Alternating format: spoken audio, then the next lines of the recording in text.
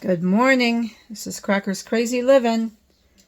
It's Monday at about 10:30 in the morning. Today I'm going to be doing summer sausage for you, and I thought I would bring you along and show you how I do it. This is the package of the seasoning mix I use. It's Backwoods summer sausage. On the back of it, it tells you exactly how to measure out your seasoning and your cure and how to do it. So I've already had to calculate out the correct amounts of stuff I'm going to be using because last time I used 6 pounds of meat. This time I'm using 8 pounds of meat. This package will do 25 pounds of meat if you did it all at once. Maybe next time I'll do it all at once. I don't know. It's a lot to mix up. So I've been doing it in smaller batches. So the package says to use ground pork or ground pork fat with your beef. The first time I did this years and years and years ago, I used venison and ground beef. And then I made it in the oven because I did not have a smoker at that point. Let's see if I can turn you down without messing up my camera like I just did and had to start over. Alright, so in my big bowl here I have 6 pounds of ground beef and then I have 2 pounds of ground pork. And I'm just going to mix that up. Break this all apart. This is a good grind of meat. It's got a fair amount of fat in it. I just got ground beef. It was on sale at Detweiler's for $3.99 a pound.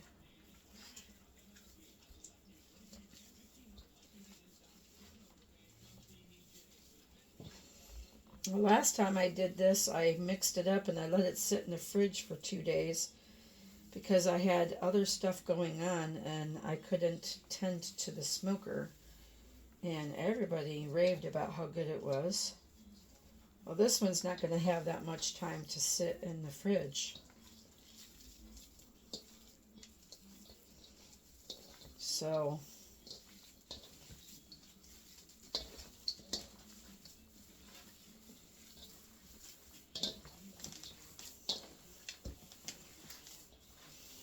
super cold too.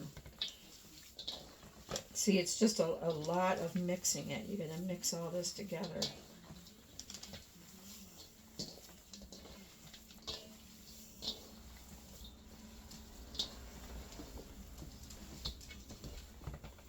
I'm going to give it an initial mix and then I'm going to measure out my seasonings.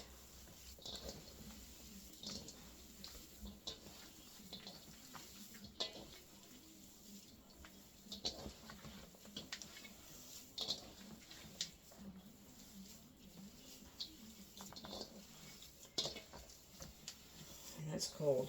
Whew.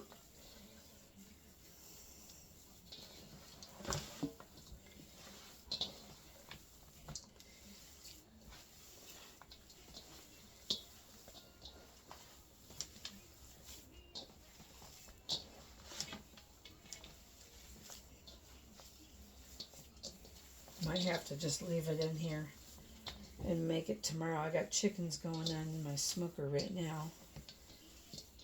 Alright, let me rinse my hands.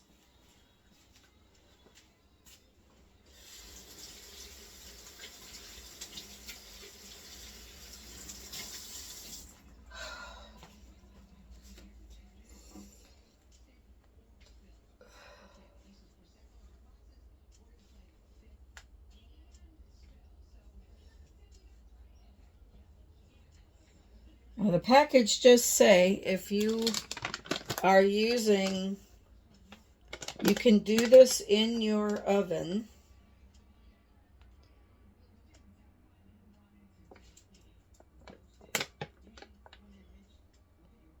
If you're not using a casing, you can do this in your oven at 300 until the meat reaches 165.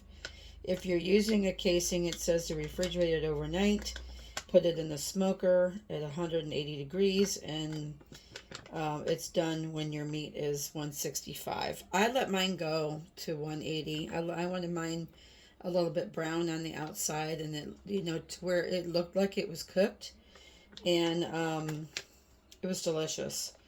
So it says to grind a mixture containing at least 20% pork or pork fat. Well, I just got the poundage. I got 2 pounds of ground beef to 2 pounds of ground pork to 6 pounds of ground pork.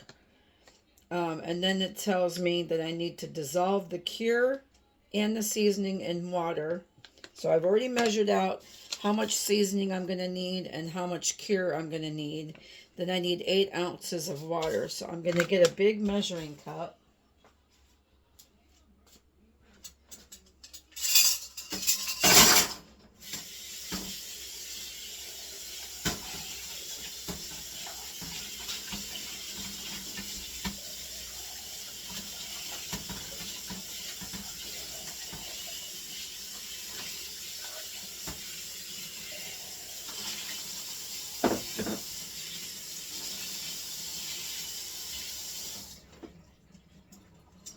And I need 8 ounces of water, which is 1 cup. So I'm going to measure out 1 cup of warm water.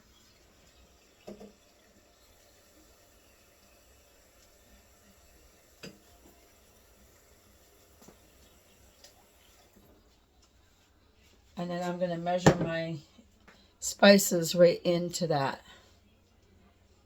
Because I should have did it in the bowl before I put the meat in it, but I did not do it that way. So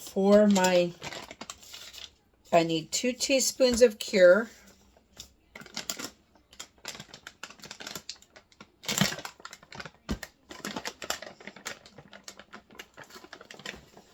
And the cure comes in this little packet. It's sodium nitrate. That's what they use for curing. It's pink. I need 2 teaspoons. I gotta wipe off my teaspoon. I was using it for something else earlier. So I need 2 teaspoons of the pink sodium nitrate in my water.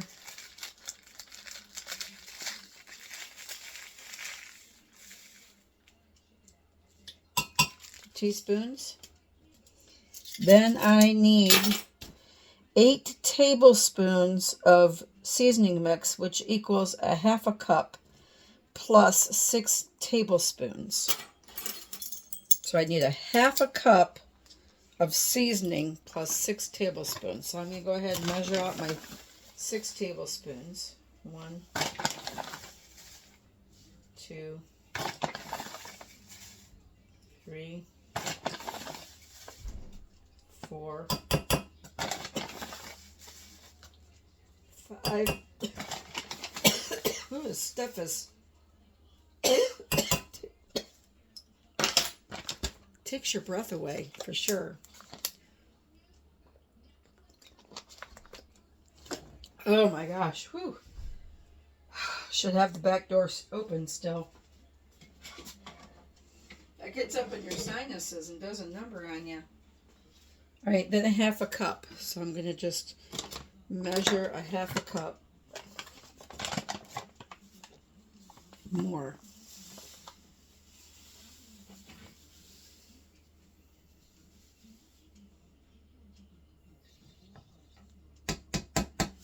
So powdery. I only have a little bit left, so I'm probably not going to save it because I don't think there's enough to even do one more batch. And the next time I make summer sausage, I'm going to use a different company for the seasoning and the cure because I want to try somebody else. These guys, the Bearded Butchers, they are also on YouTube. They have a butcher shop in Ohio. I've been learning a lot of things from them. And they have now a whole variety of DIY kits for making bratwurst, summer sausage, breakfast sausage, hot dogs, you name it, they're making it. And they're using it from venison because they're hunters. Alright, so I got this all mixed. I'm just going to pour this over my meat.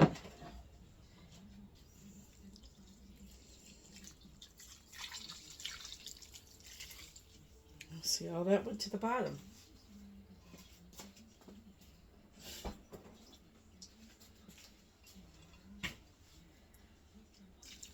Pour all that in there. Didn't really dissolve like it was supposed to. And then I'm just going to take my hands and mix this all together.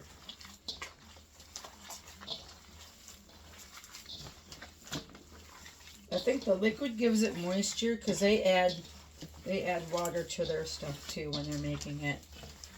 Because it just makes, well, they stuff it in the casings. So the water makes it a little bit more moist so it goes into the casings better. I'm not using casings. That's okay. I might invest in a thing for stuffing it and making summer sausage in a casing.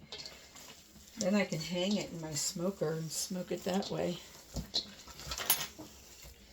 So you just want to mix this all together. It'll start getting a little bit tacky. That's what you want. You want it to be a little bit tacky. I don't know what causes it to do that. I don't know if it's something in the seasoning or if it's something in the sodium nitrate. And you add the water to it and it just starts to get a little bit sticky.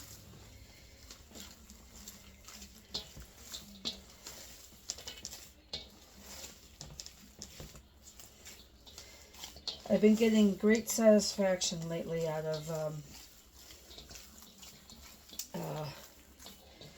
making summer sausages. My next thing I wanted to make was a breakfast sausage. I didn't buy enough pork to do that, but I think I would rather have well, I could make it in a roll and just slice them. You know, like when you find Jimmy Dean's. You know, breakfast sausages in the patties. I could do that. I'd have to freeze it or refrigerate it in a log and then slice it and then lay it on a tray and then flash freeze it that way, and then I could package it better. Alright, that's all mixed up. I'm going to wash my hands and then we're going to roll this into logs.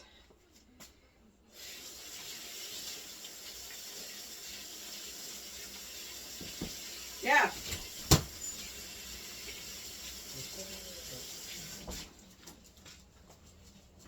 Hello. That's my son, Brian. I got all my meat mixed up. I'm going to roll it into logs. Hey, don't let your meat live. Oh, jeez. Easy. All right. So now what I'm going to do is I'm going to take a different pan. Let me throw that away.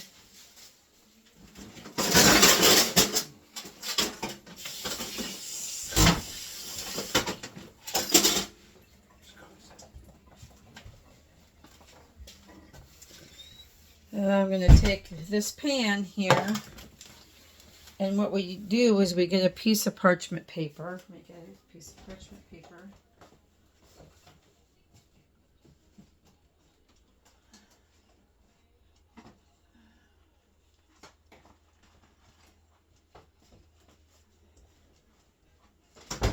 And I tear off a piece of parchment. This is natural parchment this time. And then we're going to just take some meat out and we're going to roll it into a log. And now I don't really measure it. I said to use parchment last time, but I have a hard time with the parchment staying on the tray. So maybe I'll just do it this way. So I get enough meat to where it's going to make a nice size log.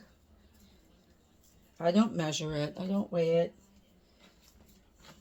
But you want to, so I kind of flatten it down like this, and then I squish it into a log kind of as evenly as I can, so you don't have, the reason why you want to do this is it gets all the air pockets out of your meat, and then when you cook it, when you slice it for your cheese and crackers or whatnot, you don't have a bunch of air pockets in your meat. And I didn't do that as well last time, and I understood what they meant because I cut it and there was a little air pocket there. So you just want to roll it back and forth like that, so it just kind of uniformly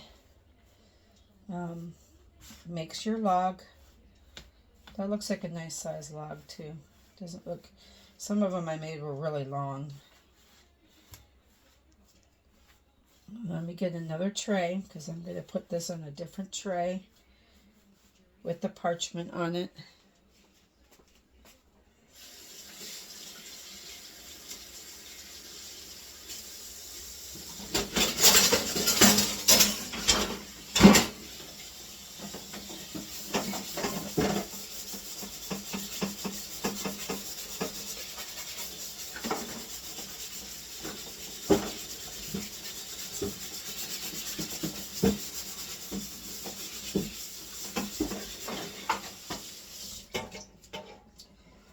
No, I'm not going to use parchment. I'm going to use a piece of foil. I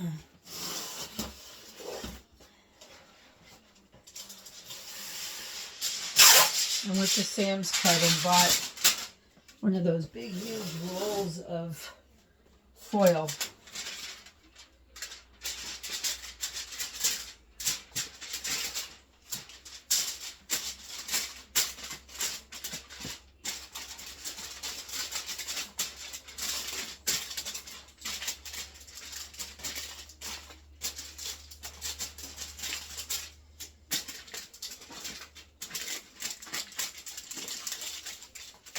And I might just spray a little bit of non-stick on here, just so my rolls don't stick to it really badly. I just got some vegetable oil spray. Just give it a light spray.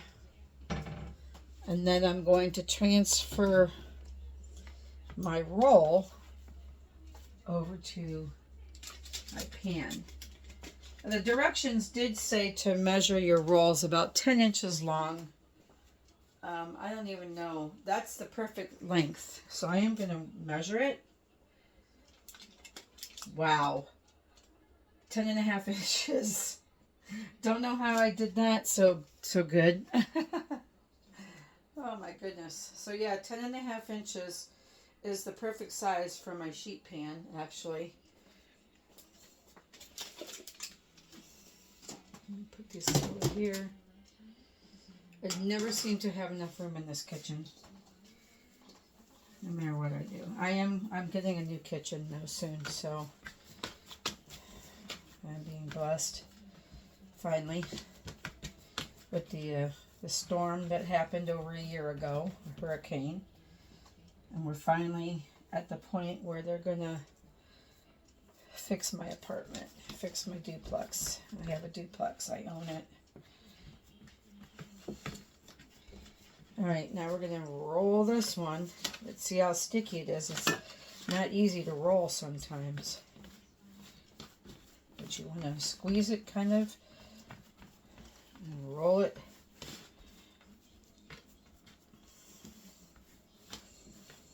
You can, if you had a sausage stuffer machine, you could make, you know, like Slim Jims. They have casings for those. You can make like Slim Jim snacks. You can make, of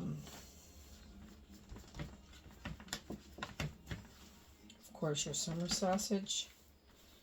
You can make bratwurst. All right.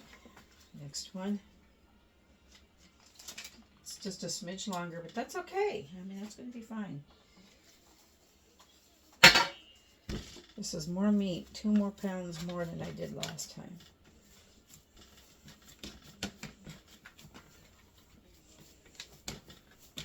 kind of like making a meatloaf. I like to kind of like flatten it down, get it all one kind of thickness. And then when you roll it out, it kind of stretches it out as well.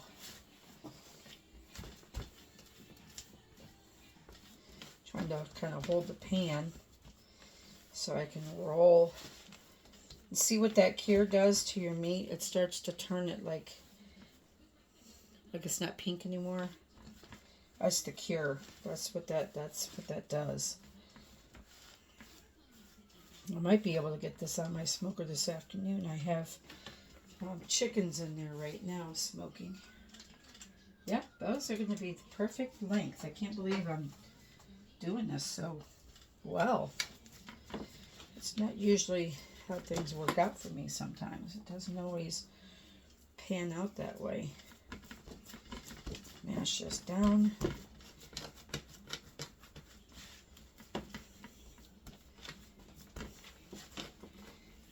Roll it.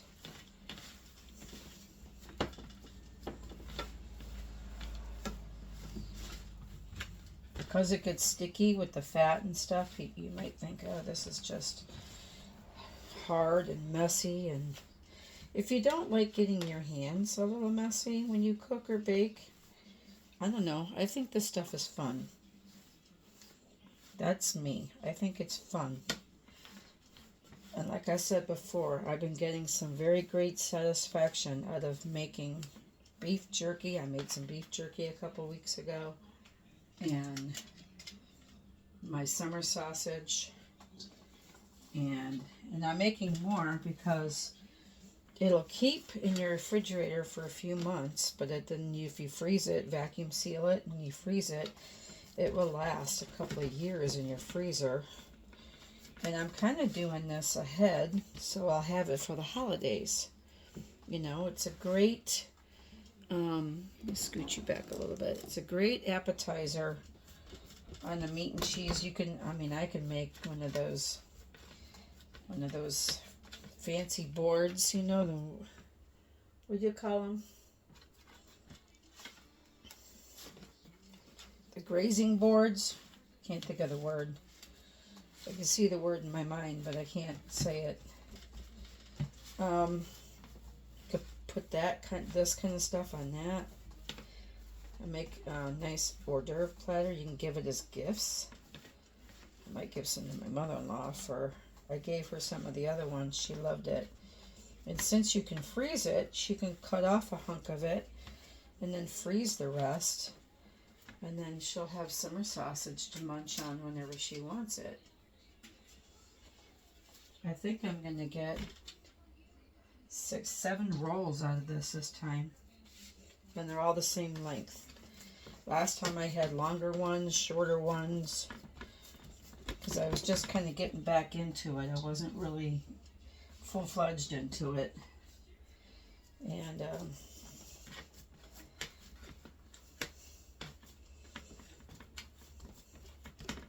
I had shorter ones, fatter ones, longer ones, skinnier ones. They weren't really, but I temped them all. So as long as you temp them, doesn't matter. You know, if you temp it and your temperature says it's done. I temped mine. The actual directions on the back of the bag say 165, it's done. But I let it go to 180 because I wanted it a little bit more brown and kind of not really crispy, but just a little bit crispy on the outside. You know, so when you look at it, it looks like it's nice and cooked. Because this summer sausage with the cure, when it cooks, it turns red. See that? Oh, I'm going to do that one again because I got a pocket right here. And when I go to cut that, that's going to...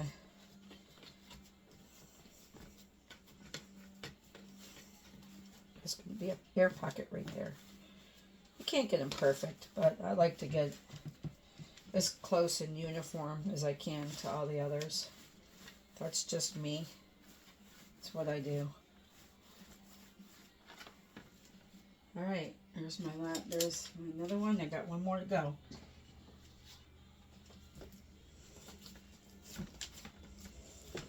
And I'll just stick these in the fridge.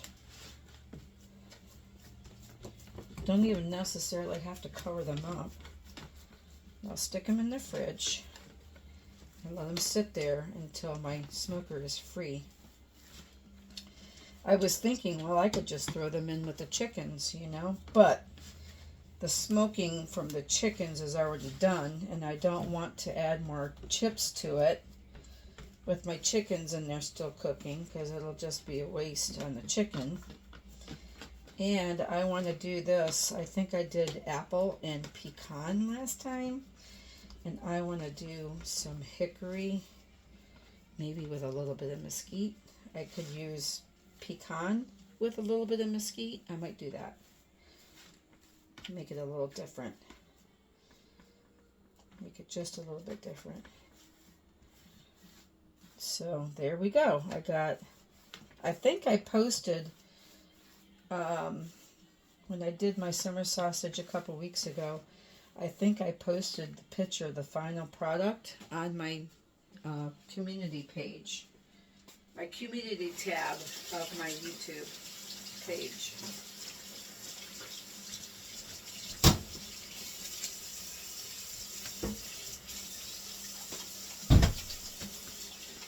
That's a lot of logs. It's 7 I got this time. But I was just saying that my goal is to have some for Christmas. If I get more, make more, because what I made before is almost gone already. Gave everybody some, and but look how perfectly uniform they are this time. That never happens. I was saying that the package actually said to roll them into 10-inch logs, so I measured this one. It was exactly 10 and a half. That's pretty good for a guess. Yep. You know, so now these will go in the fridge. So there's my logs. I've got 1, 2, 3, 4, 5, 6, 7, 10 to 10 and a half inch logs of summer sausage. And I'm going to put these in the refrigerator and just let them hang out. And then when my smoker is free, I'm thinking I'm going to use a little bit of pecan or pecan wood with a little bit of mesquite. What do you think? Try something different? Because last time I did apple and hickory. Or, no, I did apple and pecan. So this time I'll do a little bit of pecan and mesquite. I'll try that and see how that flavor comes out. So, and then I will post a picture of the final cooked product under my community tab on my YouTube page. So, thank you for joining me today. If you like what you see and you have not yet subscribed, please hit that subscribe button. Give me a thumbs up. Share me with your friends. I'd appreciate that. If you have any questions or comments, please leave them below, and I will do my best to answer your questions. And until I see you the next time on Crackers Crazy Living, thanks for joining me and have a great day. Bye.